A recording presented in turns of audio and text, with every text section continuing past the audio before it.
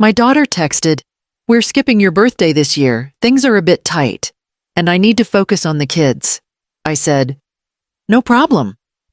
But that one line stayed in my chest long after the phone went dark. My name is Linnea Harwood. I am 66. I had just finished making a small cup of morning tea when the phone buzzed on the counter. I did not expect anything dramatic. Lila rarely messaged unless she needed something. But when I opened it and read her words, a familiar ache returned, the same one that had crept in over years of quiet disappointment. "We are skipping your birthday. Things are tight." No greeting, no explanation, just a decision dropped into my day like a stone. I typed, "No problem," because it was easier than admitting the sting. I had learned over the years that making things easy for Lila kept the peace, even when it frayed me at the edges. Still, the quiet that followed felt heavier than it should have. Birthdays used to mean something in our house.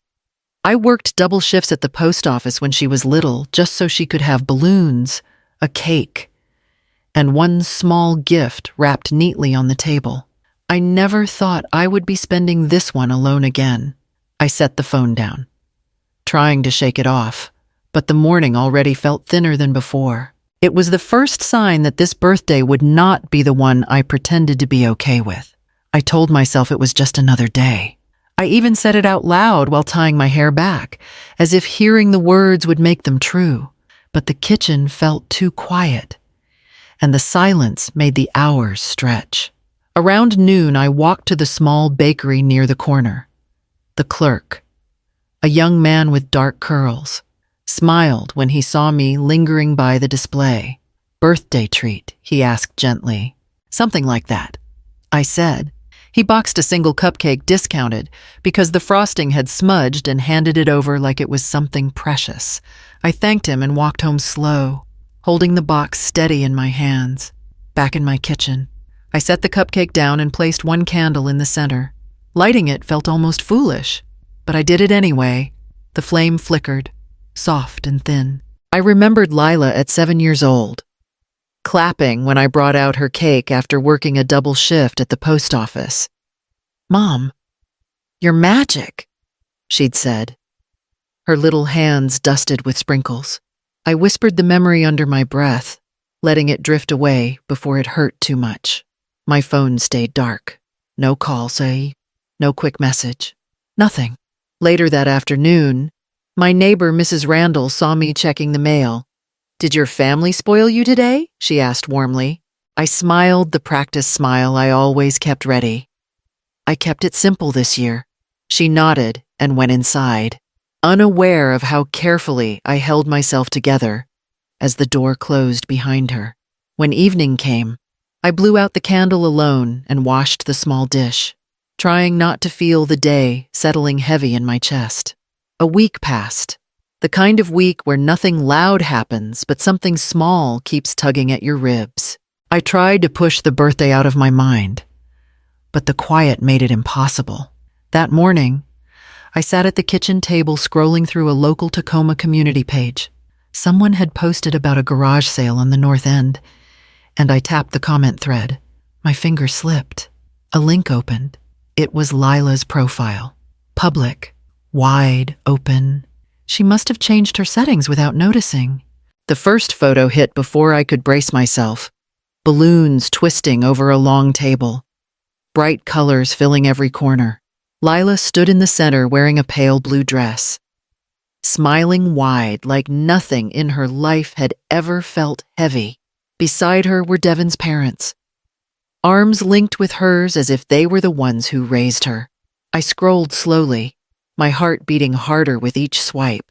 Catered trays, matching decorations, dozens of people packed into a backyard I hadn't seen before. Every detail curated to feel unfamiliar and exclusive. A cake tall enough to need 2 hands to steady it. Lila blowing out candles while her friends cheered. Another photo, and another, then the caption, "So grateful to celebrate with our favorite people." My thumb froze on the screen. Behind all the pictures, all the smiles, all the noise, I wasn't there, not in a corner, not in a candid shot, not mentioned, not missed. The phone buzzed in my hand. A notification popped up, another reminder of the automatic payment I'd been covering for her. The timing felt cruel.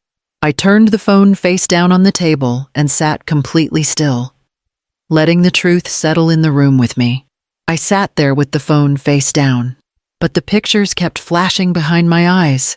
It wasn't just the party. It was the way Lila smiled, light, effortless, as if the part of her life that included me had been trimmed away long before this week. Old memories rose without permission. She was 15 when she first said it. "Mom, don't pick me up right in front of Stadium High. Okay, park down the block." "Please." I'd asked why, and she muttered, "Everyone else has nicer cars. Just, please." My old Honda wasn't pretty, but it ran. I parked down the block every day after that. Another memory. Lila's college orientation in Seattle. I reached out my hand to introduce myself to her new friends. Before I could speak, she laughed lightly and said, "This is just Linnea, just..." The words stung even then. She didn't notice. Years later, at a dinner with Devin's family, his mother asked what I did for work. "I'm with the post office," I said. Lila jumped in quickly. "She used to be. But she's retired now." I wasn't retired. I was still working part-time, but Lila's eyes begged me not to correct her. So I didn't. Devin's family always dressed like they came straight from catalog pages. Every time I sat at their table, I felt like Lila was watching me, waiting for me to say something wrong. Something that betrayed where I came from. Now, looking again at the photos I wasn't supposed to see, I recognized Devin's parents in the center of almost every shot. Their arms around Lila, their smiles wide. It wasn't a birthday party, it was a statement. A curated world where I didn't fit. The message Lila sent, "Things are tight," had nothing to do with money. It hid something older. Something that had been growing between us for years. I closed my hand around the phone, feeling the weight of it settle in a way it never had before.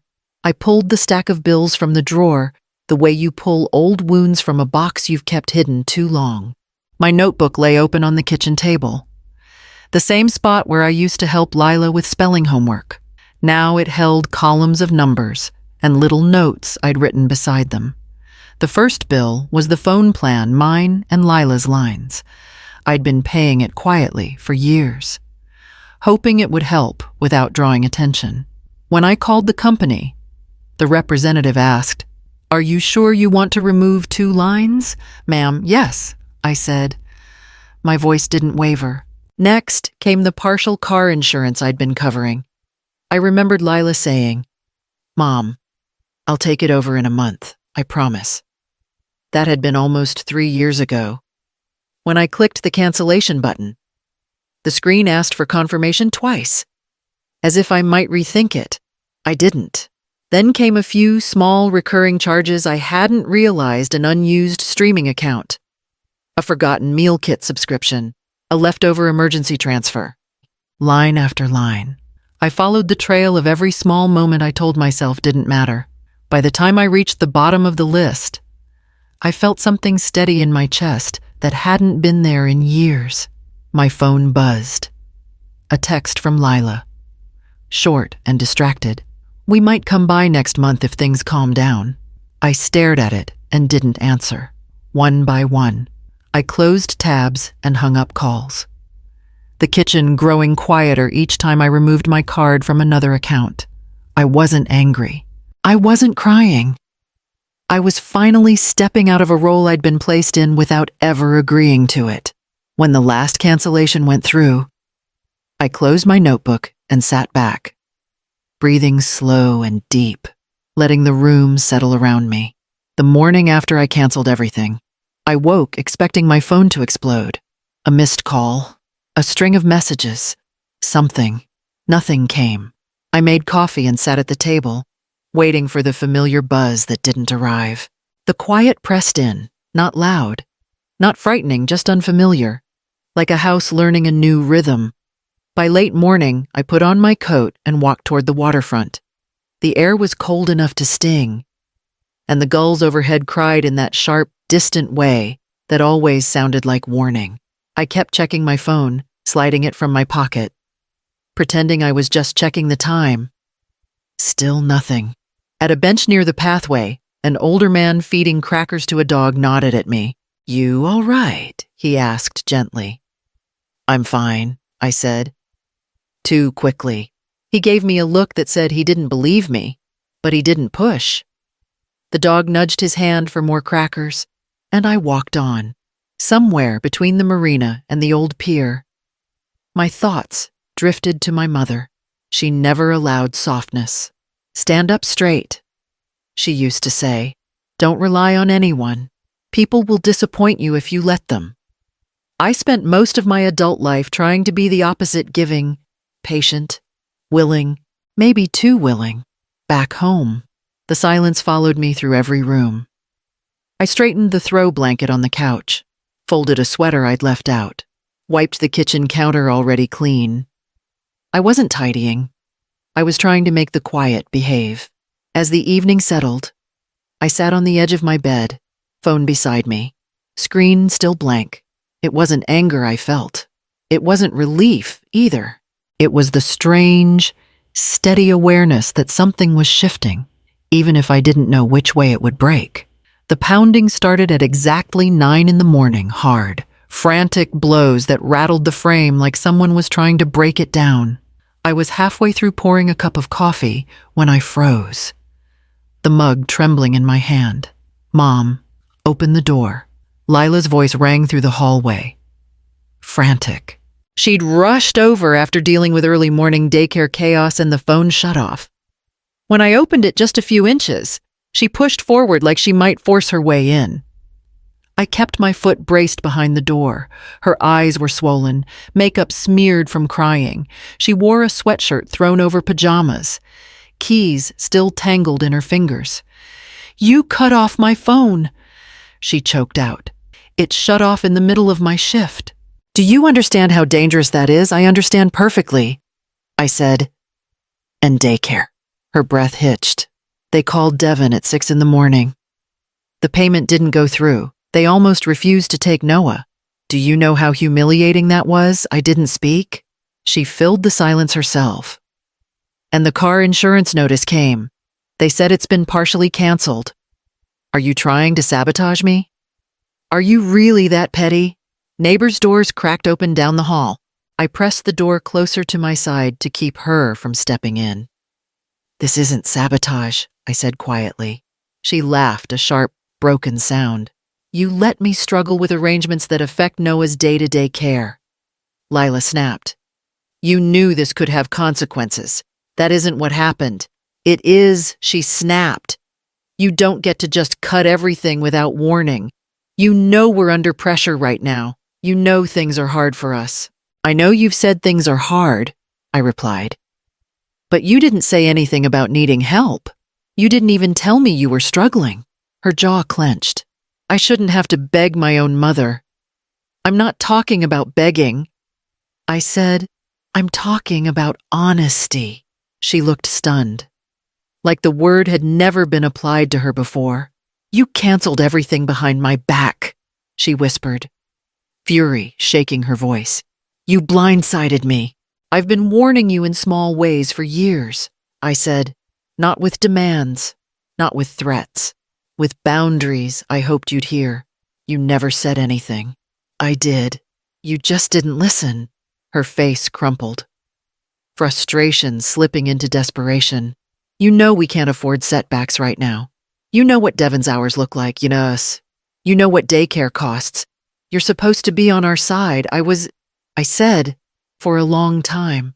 She looked at me through the narrow gap in the door, breathing hard, waiting like she wasn't sure what I'd say next.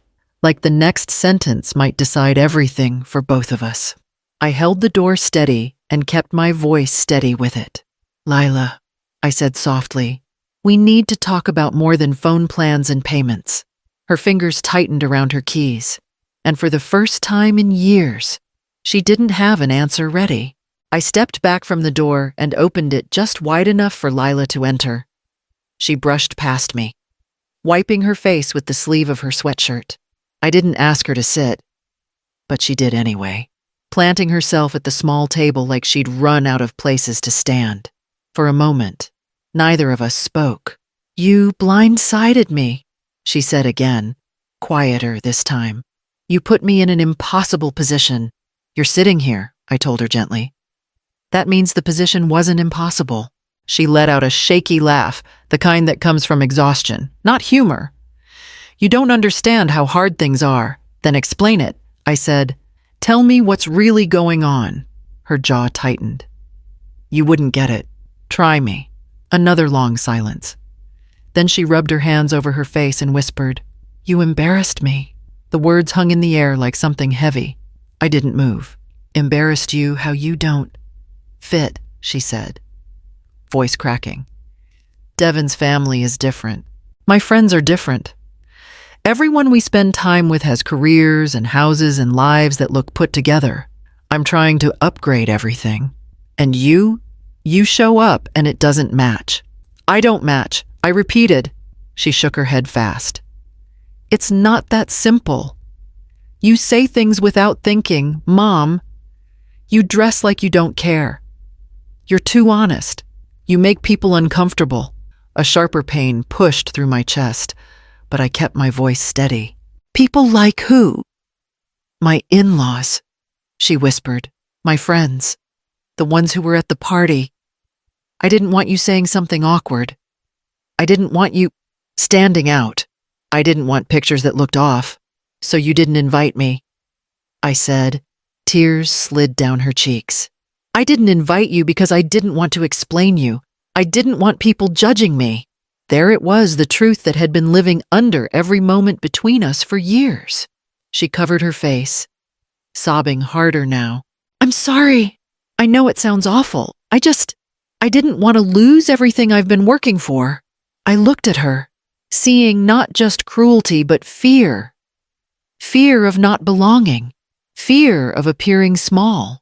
Fear she'd inherited from a world I never had access to. And I realized the next words mattered more than anything else I could say. Lila's breathing slowed, the crying tapering into small shivers. She looked at me like she was waiting for comfort. The old pattern she'd relied on for years. I pulled out the chair across from her and sat down. "Lila," I said softly, "I'm going to say this once, and I need you to really hear me." Her eyes lifted, red-rimmed, unsure. "I love you," I continued, "but love isn't the same as being used. Love without respect turns into dependence, not connection." She swallowed. "Mom, I didn't mean I know you didn't set out to hurt me," I interrupted. "But you did. And it didn't start with that party. It's been happening piece by piece for years." She looked down at her hands. "I just needed help. I gave help," I said, "more than you ever knew. But I won't fund a life I'm not allowed to exist in. Not anymore." Her head snapped up. "So what? You're cutting me off. I've already ended the financial support," I said. "That part is done. Emotional support is still here, but only if it's mutual. Only if it's honest." The words landed between us. Sharp, but steady. She didn't argue. She didn't storm out. She just stared at me, stunned, like she was seeing her mother as a whole person for the first time. "I don't want to lose you," she whispered. "You won't," I said, "but you will lose the version of me that disappears whenever you're uncomfortable." Her shoulders dropped. The fight drained from them. For the first time, the silence between us felt like a beginning, not the aftermath of a wound. The weeks after that conversation felt strangely quiet. Not empty, just different. Lila didn't text every day. When she did, the messages were short, small. "Noah drew you something today. I made that soup you used to cook. I'm sorry for how I spoke to you." No demands, no hidden hooks. I replied a little at a time, letting the space between us settle into something we could both breathe in. During those weeks, I signed up for a pottery class at the community center. My hands weren't steady at first, but the clay didn't care. I also started having coffee with an old coworker from the post office, Ruth, who laughed louder than anyone I knew. She asked how I was doing, and I told her the truth, not all of it, but more than usual. When my next birthday came around, I didn't expect anything. I didn't rehearse any excuses. The day was mine, and that was enough. Late in the afternoon, a soft knock sounded at my door. I opened it slowly. Lila stood there holding Noah, who clutched a small cupcake with a crooked candle stuck in the center. The frosting leaned to one side like it had survived a bumpy car ride. "Happy birthday." "Mom," she said. There were no decorations, no matching outfits, no curated backdrop, just my daughter shifting nervously on the porch, and my grandson beaming up at me like he'd brought me treasure. I stepped aside. "Come in." She let out a breath, soft, shaky, but real, and walked through the doorway as if it were the first time she'd been invited. As the candle flickered between us, I felt something gentle settle in my chest. If you've ever rebuilt something fragile with someone you love, like this story and subscribe for more.